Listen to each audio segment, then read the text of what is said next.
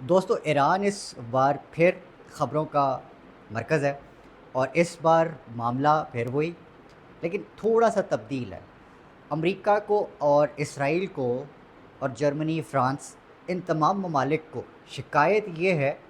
کہ امریکہ کہیں ایٹامک طاقت نہ بن جائے، ایٹمی طاقت نہ بن جائے، اور اس کے لیے انہوں نے اب مزید فارمولے جو ہیں وہ آزمانے شروع کر دیے ہیں۔ پہلے خبر یہ آتی ہے، میں آپ کو اپڈیٹ کرتا ہوں کہ اس پورے معاملے میں اب معاملہ کہاں تک پہنچا ہے اور اب آگے ہونے کیا جا رہا ہے اگلے 24 سے 48 گھنٹے کے اندر اندر۔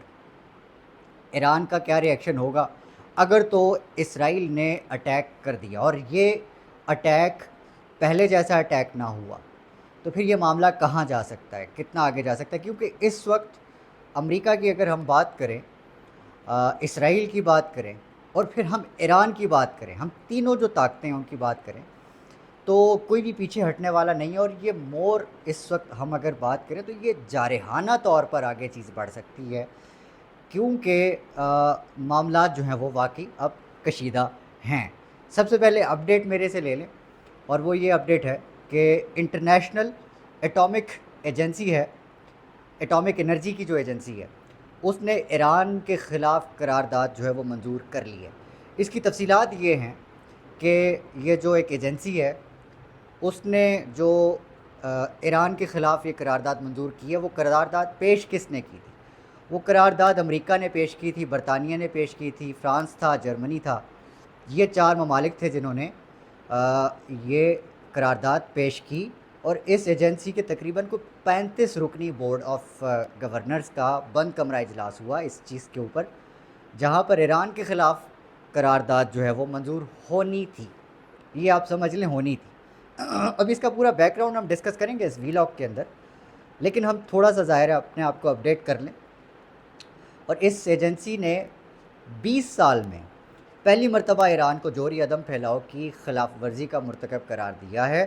اور اس پورے معاملے میں یہ بھی جان لیتے ہیں کہ ایران کا موقف کیا ہے، اور پھر ایران کا اصل جو موقف ہے، جو اصل چل رہا ہے اس وقت ایران کے اندر، میں آپ کو اس سے آپ کو اپڈیٹ کروں گا۔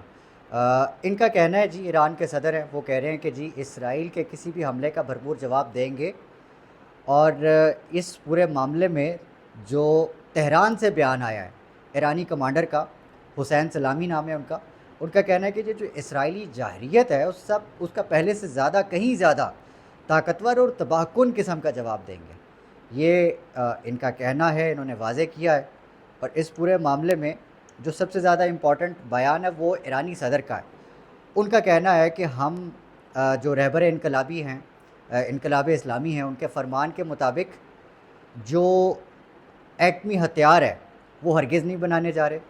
لیکن انہوں نے جو فلسطینیوں کے خلاف صہیونی حکومت کے جرائم کا ذکر کرتے ہوئے مزید کہا کہ کوئی بھی جو باضمیر انسان ہے وہ ایسے جرائم کو نظر انداز نہیں کر سکتا، لیکن ہم اپنے جو نیوکلیئر اثاثے ہیں وہ رکھنے کا حق رکھتے ہیں، اس کا سائنسی استعمال کرنے کا حق رکھتے ہیں، اس کا طبی استعمال کرنے کا حق رکھتے ہیں، لیکن ہم ایٹمی ہتھیار نہیں بنائیں گے۔ یہ کہنا ہے ایرانی صدر کا، لیکن ایٹمی ہتھیار تو بنائیں گے۔ دیکھیں، کوئی بھی ملک ہے، اور اس کا ایک تھوڑا سا بیک گراؤنڈ آپ کے سامنے رکھ دوں جو کہ بڑا ضروری ہے جاننا۔ اب پچھلے دنوں ہمارا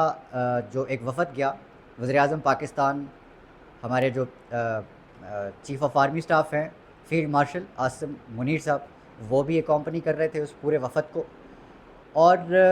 یہ بات جو ہے وہ ایرانی وفد کے ساتھ، جو ان کی لیڈرشپ ہے، ان کے ساتھ بیٹھ کر ان کے سامنے پریس کانفرنس میں شہباز شریف جو وزیر اعظم ہے پاکستان کے، ان کا یہ کہنا کہ ہم جوہری طاقت کا یہ جو ایک پروسیس ہے، پروگرام ہے جو ایران کا، جو ہم اس میں ایران کے ساتھ کھڑے ہیں، اور ہم سمجھتے ہیں کہ یہ جو ایران کا یہ بنیادی حق ہے، دفاعی حق ہے کہ وہ اپنے اس پروگرام کو آگے بڑھائے۔ پاکستان اس کے پیچھے کھڑا ہے، یہ پاکستان کا موقف ہے کہ پاکستان، اب یہ دیکھیں پاکستان کا یہ موقف ایک وقت پر یہ، اور ایک وقت پہ مجھے یاد ہے، ظاہر ہے کتابیں اور تاریخ تو یہ بتاتی ہے، بھٹو صاحب نے خود بھی اس چیز کی مخالفت کی تھی، کیونکہ یہ ایٹمی جو طاقت پاکستان بنائی، یہ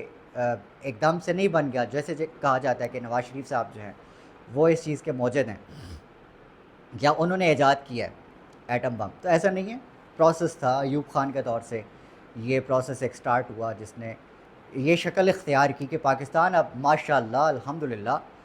ایک ایٹمی طاقت ہے، جس کی ایک ورتھ ہے جو انڈیا ہے یا کوئی بھی ملک ہمیں اس طرح سے آنکھیں نہیں دکھا سکتا جیسے کہ آج سے پہلے کہیں ممکن تھا۔ تو شکر ہے کہ پاکستان جو ہے وہ ایک ایٹمی طاقت بن چکا ہے۔ لیکن بھٹو صاحب کا یہ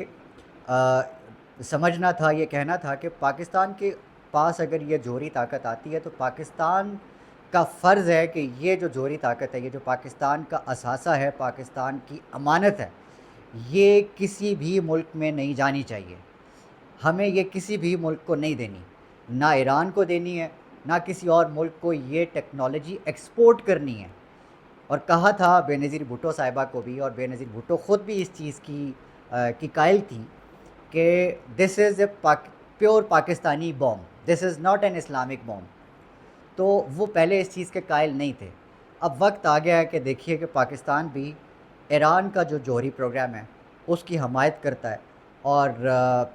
ڈفرینٹ سچویشن ہے اس وقت مکمل طور پہ، اور آپ دیکھ سکتے ہیں کہ جو ایران کے اندر کی سچویشن ہے وہ اس وقت مکمل طور پہ اس چیز کی حمایت کرتی نظر آتی ہے۔ ایران کی لیڈرشپ کے اوپر بھی اس وقت پریشر ہے اس چیز کا، عوامی پریشر ہے کہ اب جو ہے جوہری طاقت بن جایا جائے،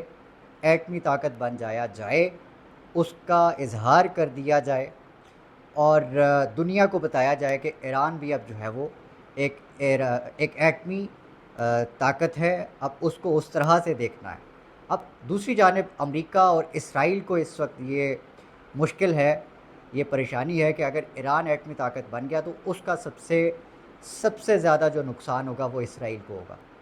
تو اب اس وقت اگر جو بھی فیصلہ کر رہا ہے، جو بھی اگر دھمکیاں دے رہا ہے اسرائیل ایران کو، تو یہ اسرائیل نہیں دے رہا، یہ بیسکلی امریکہ دے رہا ہے۔ کیونکہ آپ اس بات کو بھی ٹیکنیکلی ذرا نوٹ کیجئے گا کہ جو درخواست دائر کی گئی تھی، جو اٹامک انرجی کی جس ایجنسی کی بات ہوئی ہے، جس نے جو قرارداد منظور کی ہے، یہ قرارداد پیش کرنے میں جن ممالک کا نام آیا ہے ان ممالک میں اسرائیل نہیں ہے، امریکہ، فرانس، جرمنی، برطانیہ، یہ ممالک ہیں۔ تو بیسکلی اس سب کے پیچھے بھی یہی ممالک ہیں، اسرائیل تو صرف ایک کٹ پتلی ہے،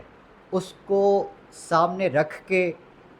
جو فلسطینیوں پہ ظلم ہو رہا ہے وہ امریکہ کروا رہا ہے، وہ برطانیہ کروا رہا ہے، وہ فرانس کروا رہا ہے، وہ ہمارا سارا یہ جو ویسٹ ہے نا وہ کروا رہا ہے۔ تو اسرائیل از نتھنگ، اس چیز کا ادراک پاکستان کو بھی ہے، ایران کو بھی ہے، اور یہ جو ایک نیا اس ریجن کا بیلنس بن رہا ہے، اس میں پاکستان نے کھل کر ایران کی جو حمایت کی، اس کے جوہری پروگرام کی حمایت کی، وہ ایسے نہیں کر سکتا تھا، اس کے پیچھے چین کی رضامندی شامل ہے۔ یہ آپ یہ اپنے ذہنوں میں رکھیے گا کہ پاکستان یونانیمسلی اکیلا آگے نہیں بڑھ سکتا کسی بھی ایسے اہم بیان، خاص طور پہ ایک ملک کا وزیر اعظم، پاکستان کا وزیر اعظم، اس ملک کے فیلڈ مارشل جو آرمی چیف ہے، جو اصل طاقت کا منبع ہے، اس کی موجودگی میں یہ بیان دے رہا ہے۔ تو اس کا مطلب کچھ اور ہے۔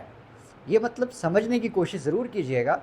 کہ اس وقت جو ایک نیا پاور کا بیلنس ہے اس سے بھی امریکہ بہت زیادہ پریشان ہے، اور وہ پاور کا بیلنس اس وقت ایران کے ساتھ کھڑا ہے۔ یہ جو نیا ایک فیز بن رہا ہے، بلاک بن رہا ہے، جس میں ہم چائنا، رشیا اور اس ریجن میں سب سے امپورٹنٹ ملک پاکستان اگر ہم کنسیڈر کریں، تو this is a new balance, this is a new bloc in this region,